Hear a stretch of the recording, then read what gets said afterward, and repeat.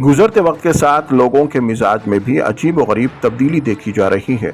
इस वीडियो में नजर आने वाले शख्स को एक जहरीले सांप ने डस लिया, लिहाजा इसने बतौर सबूत सांप ही पकड़कर अस्पताल पहुंच गया, जहां हर आम खास की तवज्जो का मरकज बना रहा।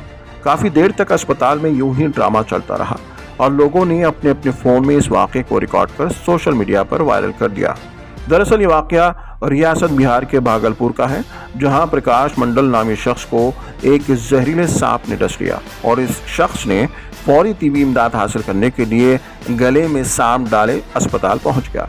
ताहम डॉक्टरों ने प्रकाश का इलाज शुरू कर दिया।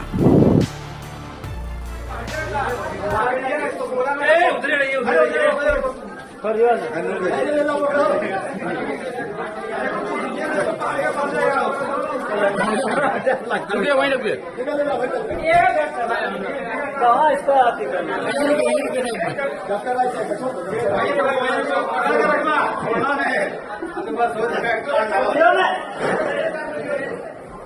पकड़ उसको बंधवाएगा तब ना कोई इसको रखेगा, पकड़ेगा तब ना कोई देखेगा। सर कैसे देखने आएगा?